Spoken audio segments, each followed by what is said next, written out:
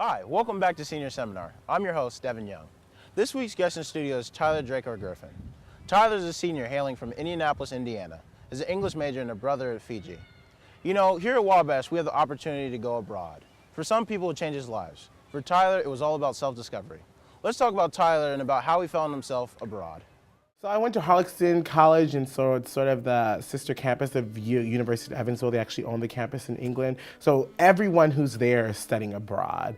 And I thought at first I was going to be cheated because I was not going to be with a real school in England or whatever.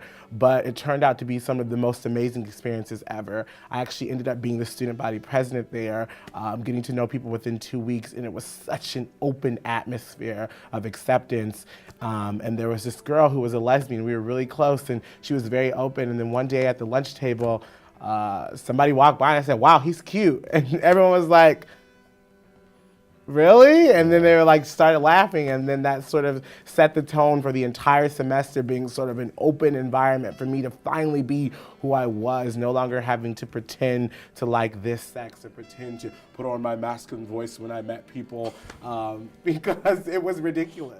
So do you believe that since you were in such an open culture that you were able to be honest about your sexuality, who you really were?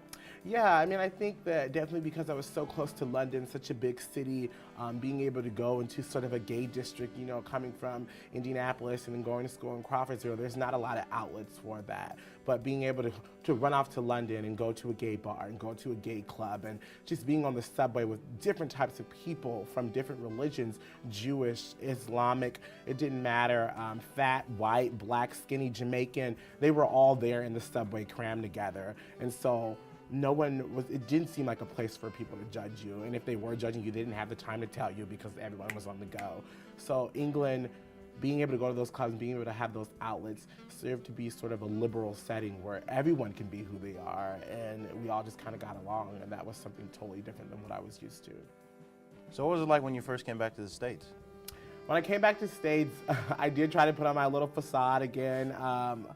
Like my fraternity brothers would talk about girls, and I would kind of nod and kind of look off and, yeah, she's cute, kind of thing like that. But I had spent an entire semester out, and the difficult part is coming out of the closet, but it is so hard to go back into that closet behind the hangers and the gaudy clothes and try to lose yourself in the closet again. The door was wide open, and I wasn't ready to go back in yet, so I was kind of peeking out, and so eventually I came back next semester, and I had a little too much to drink, and I accidentally came out to one of my pledge brothers, Kenton.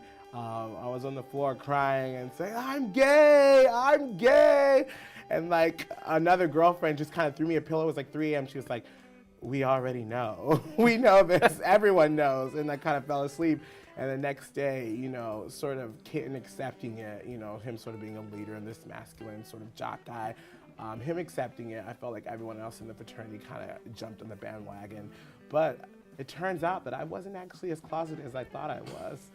Every close person I told before my fraternity sort of like, okay, great, thanks for that, let's go get something to eat. What will you take away from your experience here at Wabash, like this transformation of Tyler Griffin coming to accept you for who you are? What will you take from your experience here? Wabash has given me so much more than a place of acceptance for my sexuality. I was a very, very impoverished poor kid. I mean, sometimes we didn't have food, sometimes we had to go hustle, we didn't have places to stay all the time, we were always moving back and forth. I went to over a dozen elementary schools. My parents were not always in my life when I needed them to be, and so Wabash is a home for me. So for 4 years, this is the longest I've ever been in one place at one time. And what I take from Wabash is first of all, an appreciation for the institution for loving who I am and giving me so many experiences. But also, Wabash, even though we're in this conservative town and this conservative campus, you can be open-minded and it will change you, because I was a was an extreme Christian. I still like to think of myself as a Christian, but I completely hated everything that was not like Christ or that I didn't think was like Christ, including myself and my own sexuality. And it took me going to this institution for me to finally explore who exactly I was. So Wabash is a conservative campus, an all-guy campus, predominantly white, but there is still so much room for exploration and to have a liberal mindset. And I take that from Wabash. For Tyler, being true to himself took a trip overseas, but in retrospect, Tyler has learned that before he can be honest with others, he has to be honest with himself. Thank you, and join us next week for Senior Seminar.